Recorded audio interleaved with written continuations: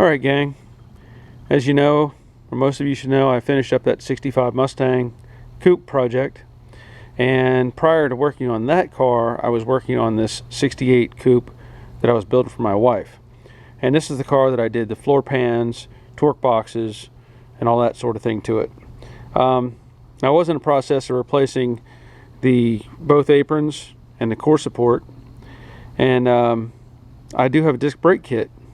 Well, a buddy of mine, he's got a 68 fastback that's built into a drag car, and by rule he has to have original equipment, blah blah blah. I don't know all the rules for drag racing, but knowing that I was going to pull these drums and spindles off, he wanted them. Now I'm not at a point where I'm ready to put that stuff together yet, but to help him out I'm going to go ahead and pull the stuff apart.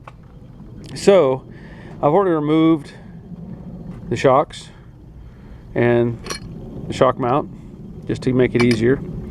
Of course I still have to pull the coil springs, but I've also got to break loose all these bolts, castellated nuts that hold, you know, the ball joints at the top and at the bottom. And there you can see, and both of those are 7/8. And I also have to remove the tie rod, and that's a 3/4.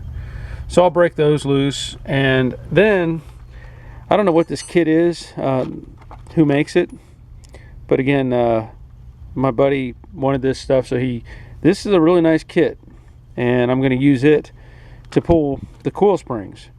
Once I get it set up, I'll show you more of that, but that's something I'm just trying to get done for the short term while I have other projects. Well, that seemed to work. I've got all the bolts loose. You can see them very well. The ball joints are loose, and the spring, I've got enough tension on it to keep it off of the A-arm, but that's about it. And so I can show you, I can push on that, and with a little help I'll put some pressure on that lower A-arm and get that spindle out of the way. And there it is, removed. All I really did was just simple enough. I just took a crowbar and put it up here into between the A-arm, actually the sway bar, and the frame mount, and just flexed it down enough to get the spindle to come loose.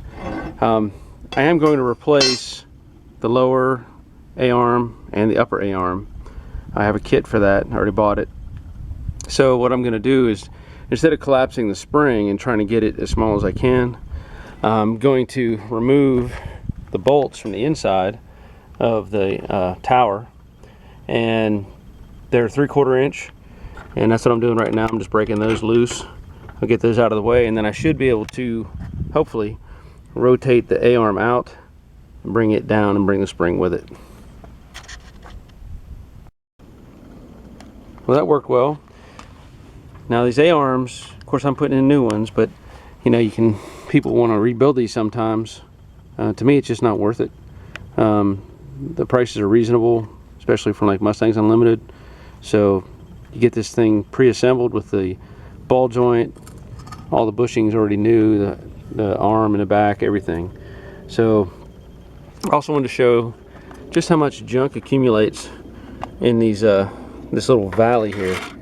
You know, a lot of Mustangs will rot out in this area. That's why they sell these patch panels.